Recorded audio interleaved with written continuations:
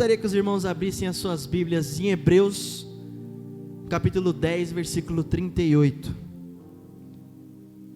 Hebreus 10, no verso 38.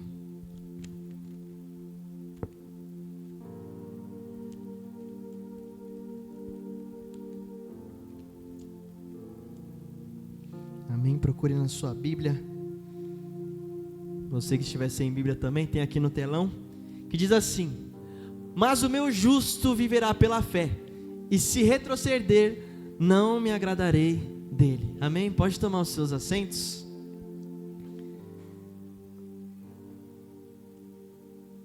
E aí, irmãos, será que estamos vivendo pela fé e agradando ao nosso Deus? Pois o Senhor, Ele se agrada daqueles que estão vivendo por meio da fé, que tem a fé em Cristo Jesus como base. É desses que o Senhor Jesus tem se agradado. E aí o próprio texto ainda diz: mas se este retroceder, eu não me agradarei dele. Daquele que não está vivendo pela fé, vivendo, confiando plenamente no Senhor Jesus Cristo. E a palavra, ela é muito clara em diversos textos, ao falar sobre a fé, sobre confiarmos em Deus, sobre termos essa plena confiança nele. E são diversos os textos que falam sobre a fé, sobre a confiança. E esses textos estão para fortalecer a gente na nossa fé e na nossa confiança em Deus. Quando a gente lê esses textos que falam sobre a fé, sobre realmente exercermos a nossa fé, estarmos confiantes em Deus, sempre quando fazemos a leitura desses textos ou ouvimos alguém falando da palavra de Deus, isso fortalece a nossa fé. Aqueles que realmente dão ouvidos à palavra do Senhor, esses são fortalecidos e passam a andar cada vez mais pela fé. E é isso que a gente precisa, viver por essa fé, todos os dias de nossa vida.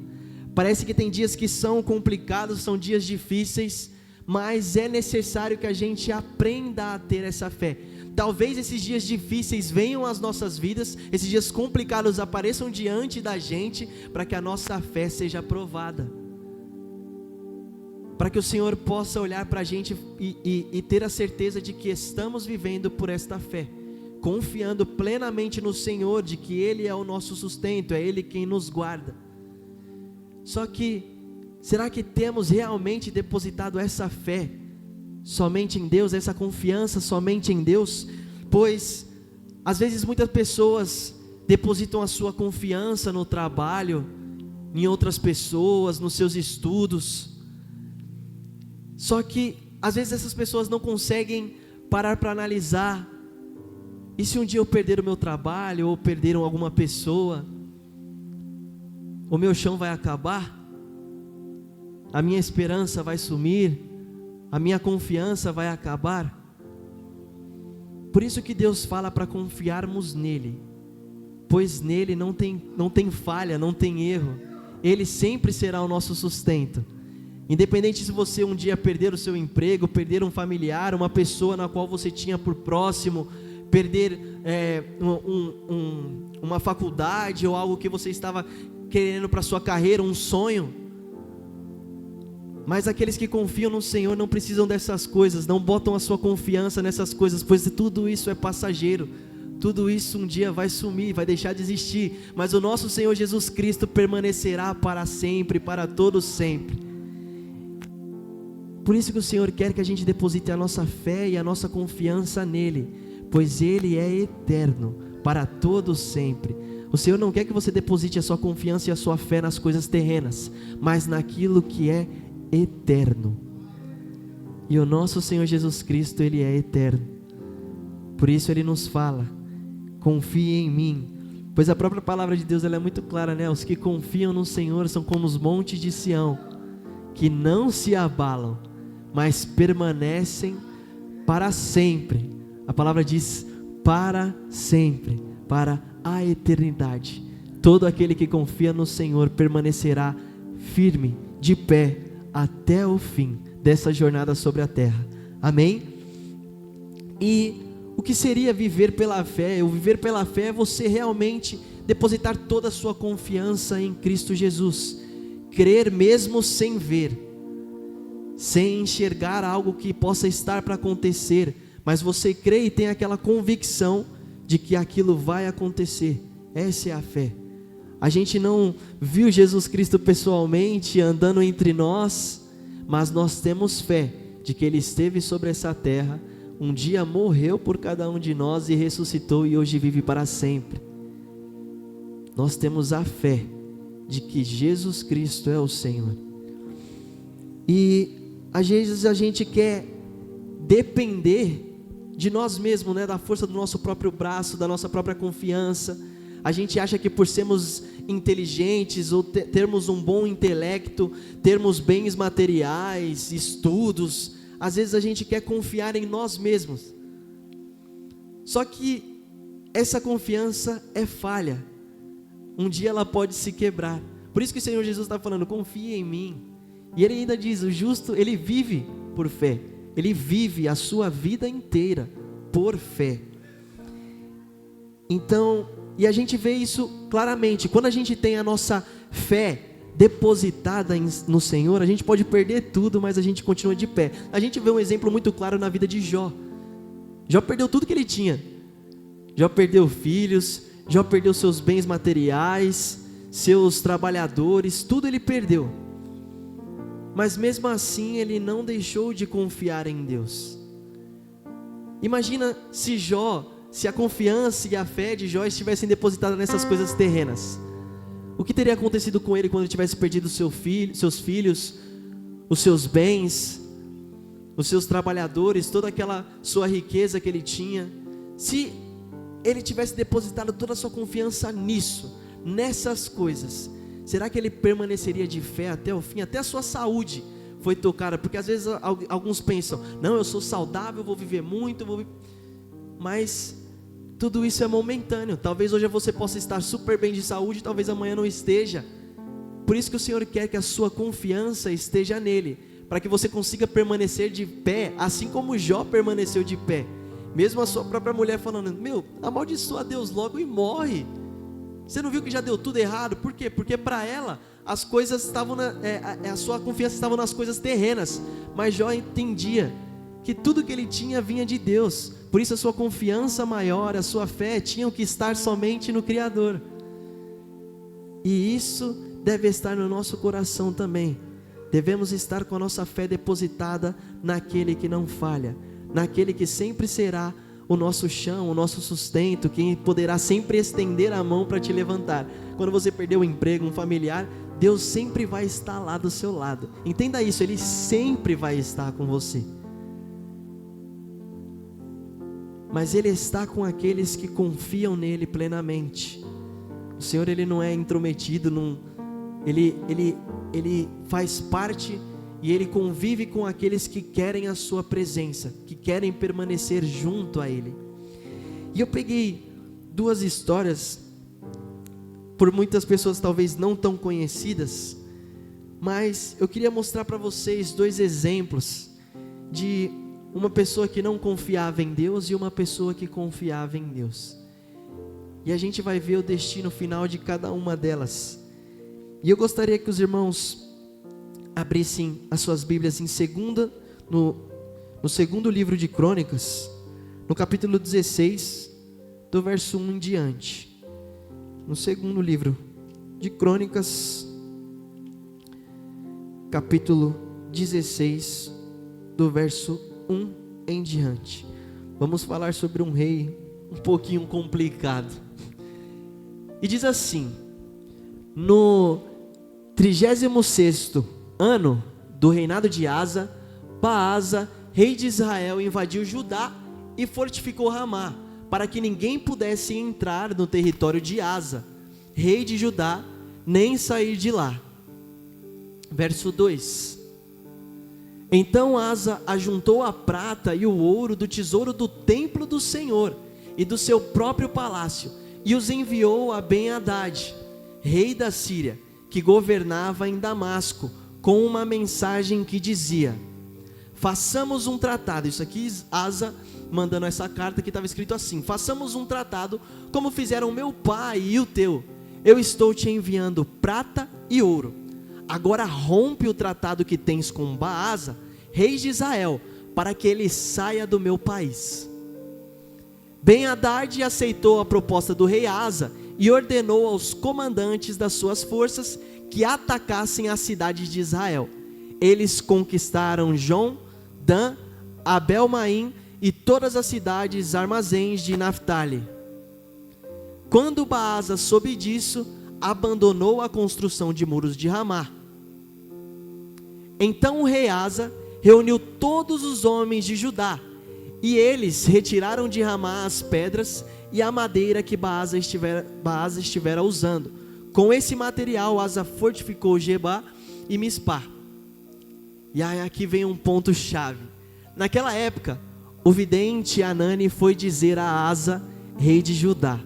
Olha o que o vidente falou para Asa: por você ter pedido ajuda ao rei da Síria e não ao Senhor, ao seu Deus, o exército do rei da Síria escapou de suas mãos.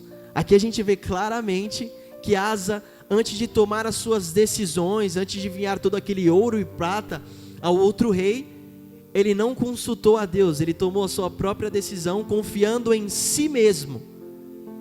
E precisou que um vidente chegasse até ele e dissesse: por você ter pedido ajuda ao rei da Síria e não ao rei dos reis, o nosso Senhor Jesus, ao seu Deus, o exército do rei da Síria escapou de suas mãos.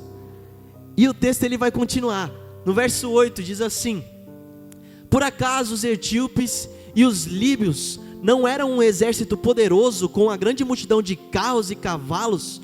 Contudo, quando você pediu ajuda ao Senhor, Ele os entregou em suas mãos. Ou seja, uma vez Asa pediu ajuda ao Senhor, e o Senhor lhe ajudou e entregou aquele povo em suas mãos.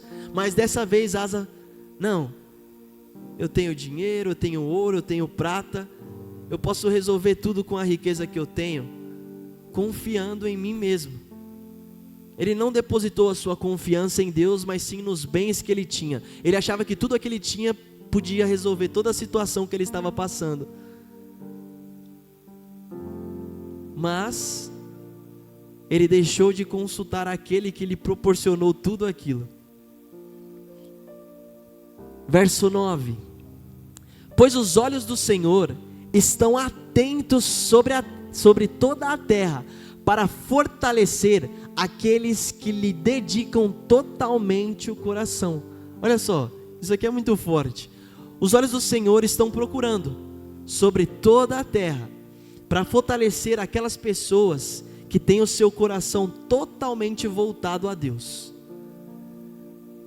É esse quem o Senhor ajuda, quem o Senhor fortalece, quem o Senhor levanta, dá ânimo, aqueles que têm o seu coração voltado a Deus. Antes de tomar as decisões da vida, tudo que surge no seu caminho, aqueles que consultam a Deus antes de tomar qualquer decisão. Deus quer esses. Deus quer aqueles que realmente querem fazer a vontade de Deus, que confiam plenamente de que a vontade de Deus ela é boa, perfeita e agradável.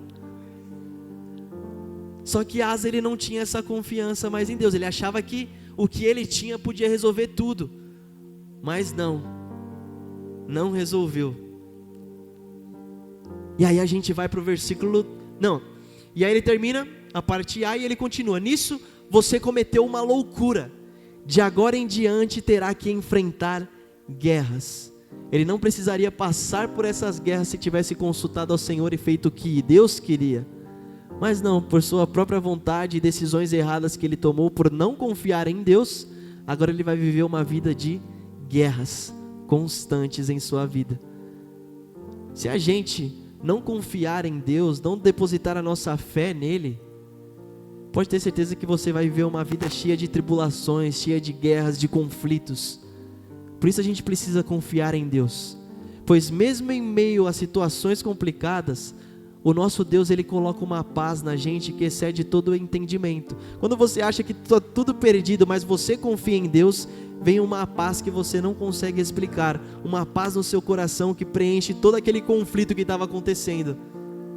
Por quê? Porque essa pessoa depositou a confiança em Deus, tem fé que Deus pode resolver qualquer situação de sua vida. verso 10. Ele diz assim: Asa irritou-se contra o vidente por causa disso. Ele ainda ficou irritado. Ele ficou, o cara chegou para ele e mandou a real. Olha só, tá tudo dando errado porque você não está confiando em Deus.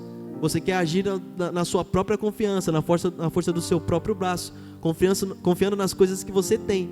Ele está dando a direção para Asa, mas Asa mesmo assim, em vez de voltar-se ao Senhor e pedir perdão pelo que ele fez, não, ele se irritou com o vidente e mandou ele ser preso e morto.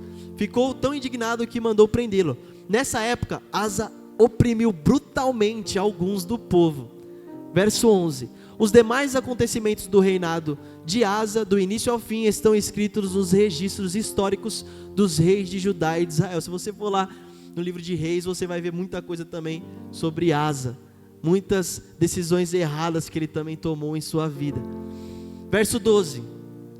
No 39º ano de seu reinado, Asa foi atacado por uma doença nos pés. Embora a sua doença fosse grave, mais uma vez, não buscou a ajuda do Senhor, mas só dos médicos. Mais uma vez a gente vê Asa não depositando a sua confiança em Deus, mas Asa deposita a sua confiança em homens, achando que os médicos poderiam resolver tudo aquela situação que ele estava passando, aquela enfermidade grave que ele estava tendo nos pés. E em vez dele buscar ao Senhor, pedir um auxílio para Deus, não, mais uma vez ele não consulta a Deus, não busca ao Senhor, demonstrando que não confia no que o Senhor pode fazer, e depositando a sua confiança mais uma vez nas coisas terrenas. Ele deposita a sua confiança nos médicos, pessoas humanas, que podem nos ajudar muitas vezes, mas existem coisas que os médicos não podem resolver, e só uma pessoa pode resolver para a gente, que é o nosso Senhor Jesus Cristo, o nosso Deus eterno. Por isso que o Senhor quer que a gente busque a Ele, deposite a nossa confiança nele, não confie nas coisas terrenas. Talvez as coisas terrenas não possam te livrar, te salvar, e não vão. O único que pode te salvar é o Senhor Jesus Cristo. E aí a gente vai para o versículo 13. Então, no 41º ano do seu reinado, Asa morreu e descansou com os seus antepassados. Sepultaram-no no túmulo que havia mandado cavar para si na cidade de Davi. Deitaram-no no leito coberto de especiarias e de vários perfumes, de fina mistura, e fizeram uma imensa fogueira em sua honra. Os homens em sua morte deram honras a ele, mas ele não foi honrado por Deus, pois ele não buscava a Deus. Ele não depositava a sua confiança em Deus, a sua fé não estava naquele que podia fazer todas as coisas, mas a sua confiança, a sua fé estavam nas coisas terrenas, e tudo isso o levou a uma morte que aconteceu muito cedo. Talvez ele poderia viver muito mais pela frente, mas morreu antes por falta de confiança em Deus. E com certeza ele perdeu a sua salvação, porque ele não depositava a sua fé e a sua confiança no Deus Altíssimo, e sim nas coisas terrenas. Para ele sempre as coisas terrenas poderiam resolver sua situação, nunca Deus. Só que a gente precisa entender que tudo nessa terra é passageiro, e aqueles que confiam no Senhor, esses vão permanecer para todos sempre. Por isso a gente precisa confiar e acreditar no nosso Deus, de que Ele pode fazer todas as coisas. Amém? Então aqui a gente viu claramente uma atitude de uma pessoa que não confiava e não buscava ao Deus, não consultava a Deus antes de tomar as suas decisões. E a gente vê o destino dessa pessoa, um destino trágico, onde não houve uma salvação, por falta de confiança e de fé no Altíssimo Deus. E aí agora a gente vai para uma outra história, na qual essa pessoa confiou plenamente no Senhor Jesus. Ela teve fé, não sabia ainda o que poderia acontecer, mas ela tinha certeza de que Deus lhe daria a vitória. Vamos lá em 1 Samuel, no capítulo 13, do versículo 16 em diante. Primeiro livro de Samuel, no capítulo 13, do versículo 16 em diante. Amém? Saul e seu filho Jonatas, acompanhados de seus soldados, ficaram em Gibeá de Benjamim, enquanto os filisteus estavam acampados em Micmas. Uma tropa de ataque saiu do acampamento filisteu em 3 divisões.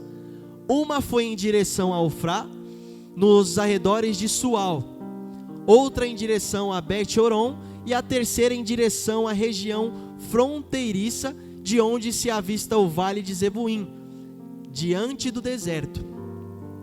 Naquela época, não havia nem mesmo um único ferreiro em toda a terra de Israel. Olha só, não tinha nenhum ferreiro em Israel, pois os filisteus não queriam que os hebreus fizessem espadas e lanças. Então era um povo que estava desarmado. Verso 20. Assim eles tinham que ir aos filisteus para afiar os seus arados, enxadas, machados e foices. Ou seja, os filisteus eles tinham um controle sobre toda a armação que eles poderiam ter contra os filisteus, que os hebreus poderiam ter contra os filisteus. E a gente vê que eles têm todo esse domínio sobre eles. Verso 21. O preço para afiar rastelos e enxadas era 8 gramas de prata e 4 gramas de prata para afiar tridentes, machados e pontas de aguilhadas. 22. Por isso, no dia da batalha, nenhum soldado de Saul e Jonatas tinha espada ou lança nas mãos, exceto o próprio Saul e o seu filho Jonatas. Só os dois estavam armados. E olha que coisa maluca que vai acontecer. 23. Aconteceu que um destacamento filisteu foi para o desfiladeiro de Miquimás. Certo dia, Jonatas, filho de Saul, disse ao seu jovem escudeiro: vamos ao destacamento filisteu do outro lado.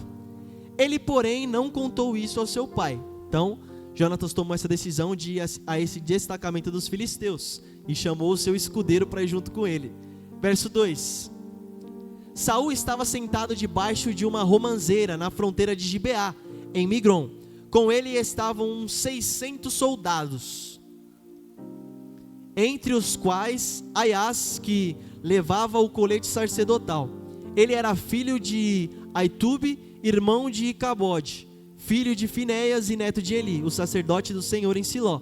Ninguém sabia que Jonatas havia saído. Então, todo o povo dos hebreus estão lá, e Jonatas simplesmente saiu, e ninguém sabe que Jonatas saiu com seu escudeiro. Em cada lado do desfiladeiro que Jonatas pretendia atravessar para chegar ao destacamento filisteu, havia um penhasco íngreme. Um se chamava Bozes e o outro Sané. Havia um penhasco ao norte na direção de Miquimás e outro ao sul na direção de Gebá.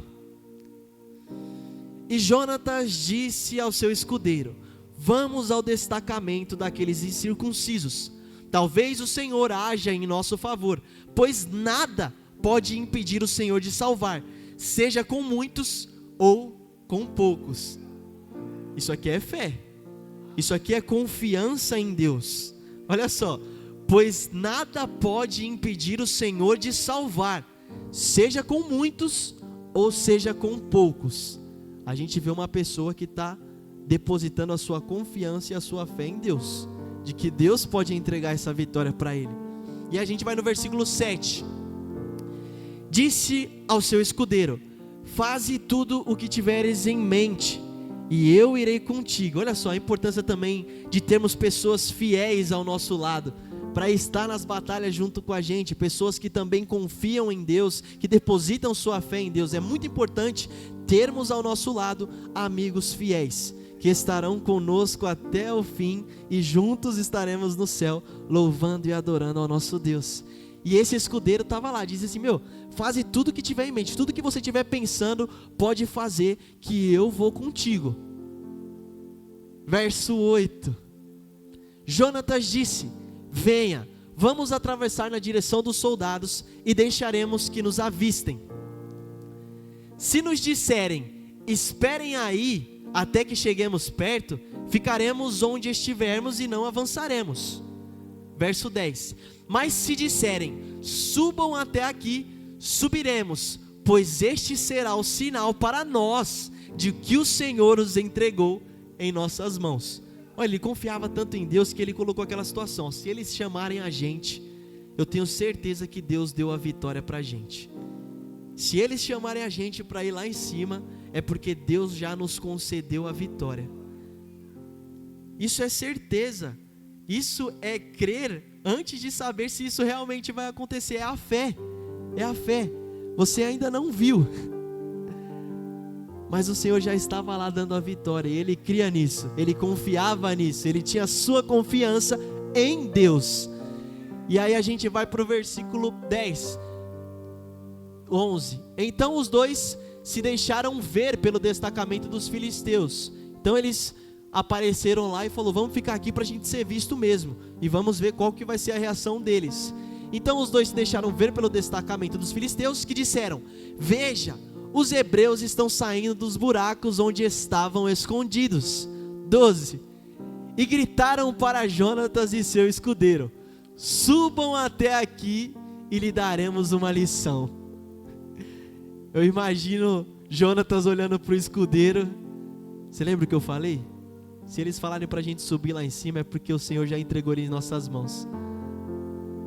Os filisteus estão achando que vão dar uma boa de uma lição nos dois, mas quem vão receber uma lição são esses filisteus. E aí, diante disso, Jonatas disse ao seu escudeiro: me siga, o Senhor os entregou nas mãos de Israel.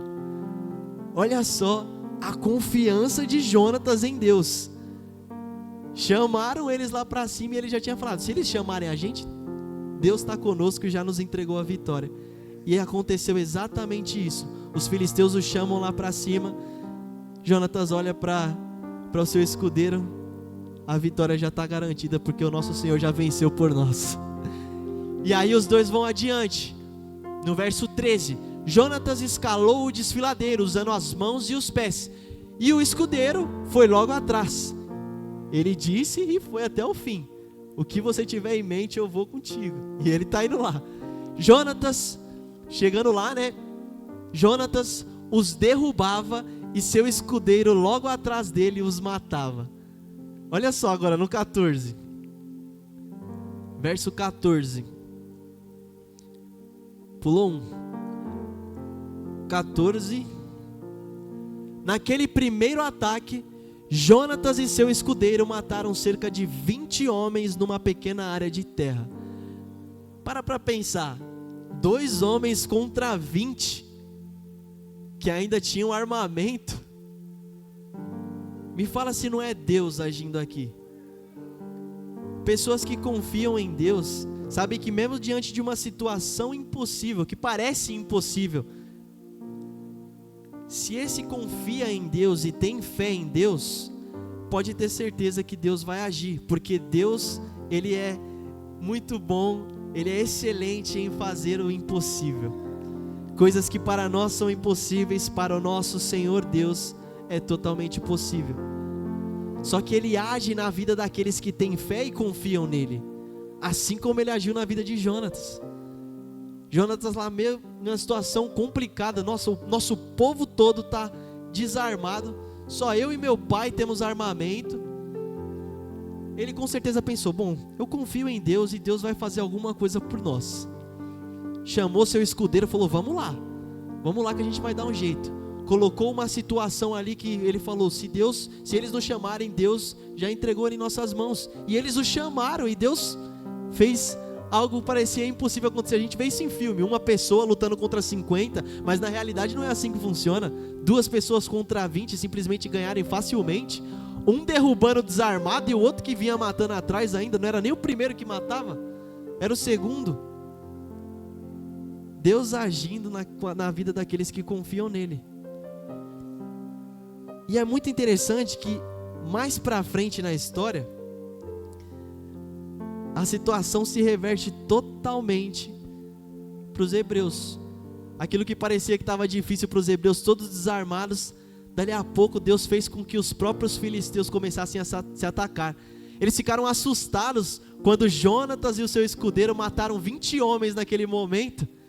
E aí eles começaram a ficar todos, meu Deus, o que os caras fizeram lá, meu? Os caras só tinham, era 2 contra 20, e dali a pouco gerou uma confusão entre o próprio povo filisteu, e eles começaram a se atacar, e outros se dispersar correndo. E aí Saul, junto com os hebreus, percebe toda aquela movimentação, toda aquela situação do povo fugindo, e ele fala, agora é a nossa hora, vamos pro ataque, porque Jonatas já tinha ido com o Senhor na frente. Por isso que o povo hebreu conseguiu reverter toda aquela situação que parecia ser perdida, onde os filisteus tinham todo o domínio sobre o armamento deles. Era um povo que estava praticamente indefeso, sem defesa nenhuma. Mas um homem que confiou em Deus conseguiu mudar toda aquela situação. Um homem que confiou plenamente em Deus, tinha fé de que Deus podia mudar toda aquela situação, fez com que todos aquele exército gigantesco de filisteus batessem em retirada.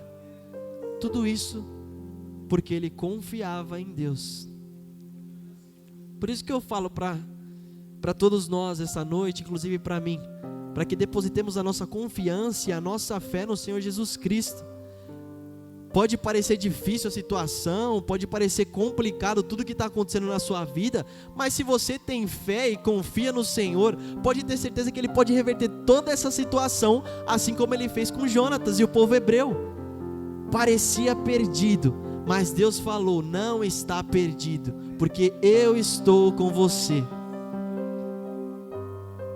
É isso, confiança em Deus, fé naquele que pode te livrar de situações extremamente difíceis.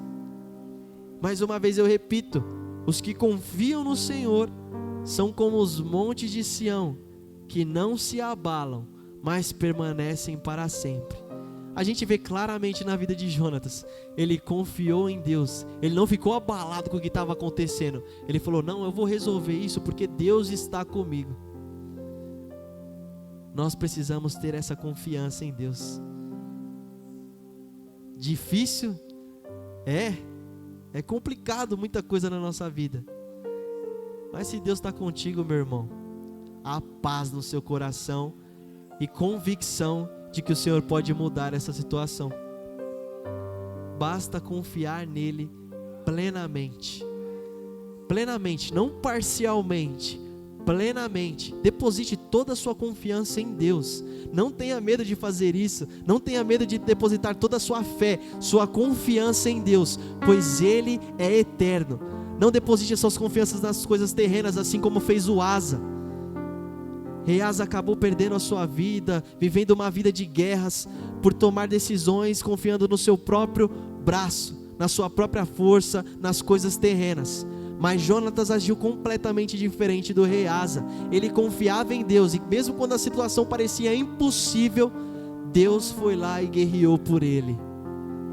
É isso que a gente precisa fazer, confiar em Deus. Eu sei que às vezes eu já me deparei com situações na minha vida também, que por momentos eu pensei, como é que isso vai se resolver? Como é que essa situação vai reverter?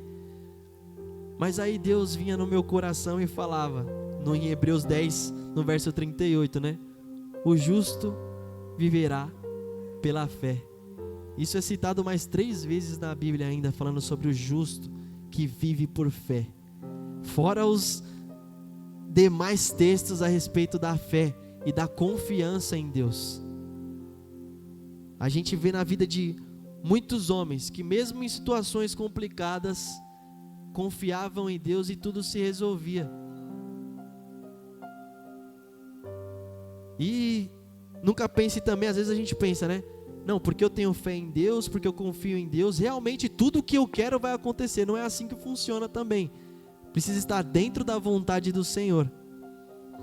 Porque eu falo isso, porque às vezes a gente pensa, quando a gente vê algo sobre fé, sobre confiar em Deus, a gente pensa que vai ser vitória nessa terra o tempo inteiro.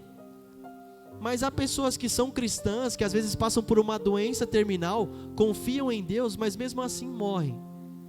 Só que morrem no terreno, mas vivem eternamente com Deus. Porque Deus está falando, a maior recompensa de confiar em mim não vai ser nessa terra, não vai ser algo terreno, vai ser nos céus com um altíssimo Deus. Essa é a verdadeira recompensa daqueles que confiam e têm a sua fé depositada em Deus. Aqueles que vivem pela fé, a recompensa está lá nos céus, junto ao Pai, o nosso Senhor Jesus Cristo. Ele é a nossa maior recompensa. A gente pode orar, pode confiar em Deus, Deus pode resolver muitas situações na terra para a gente, mas a verdadeira recompensa não está aqui. Sempre tenha isso em mente, a verdadeira recompensa do nosso Senhor para aqueles que vivem pela fé está nos céus, junto ao nosso Senhor Jesus Cristo. Lá viveremos com Ele eternamente, onde Ele enxugará todas as nossas lágrimas. Não haverá mais dor, não haverá mais o pecado, mas sim a paz eterna, onde estaremos com o nosso Rei para toda a eternidade.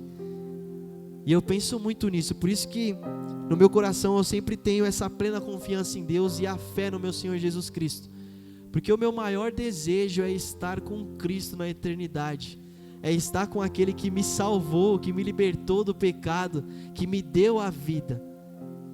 Se eu sempre olhar assim, se você sempre olhar com essa visão de que a sua maior recompensa está nos céus, você vai viver com fé, sempre lembrando, a sua maior recompensa é estar com Cristo Jesus.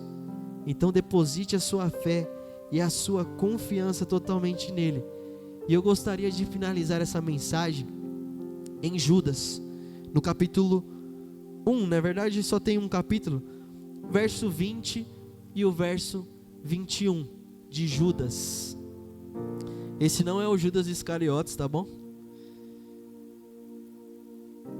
Este é um Judas que pertencia ao povo de Jesus fielmente. Olha só, ele diz assim no verso 20: edifiquem-se, porém, amados, na santíssima fé que vocês têm, orando no Espírito Santo. E o verso 21: mantenham-se no amor de Deus, enquanto esperam que a misericórdia de nosso Senhor Jesus Cristo os leve para a vida eterna. Esse é o destino daqueles que têm a sua fé, a sua convicção, a sua esperança, tudo isso depositado no Senhor Jesus Cristo. O seu destino final é a vida eterna com Cristo Jesus. Por isso eu deixo esse último texto, que está em Judas no verso 20 e 21, onde esse próprio texto inteiro, se você for ler ele, vai estar tratando a respeito de perseverança, daqueles que sempre estão confiando no Deus Altíssimo. Amém? Então mantenha sua fé em Deus, a sua confiança em Deus. Não confie nas coisas terrenas, mas sempre no Altíssimo Deus. Amém? Aplauda o nome do Senhor. Essa é a mensagem do Senhor. Diácono Tiago.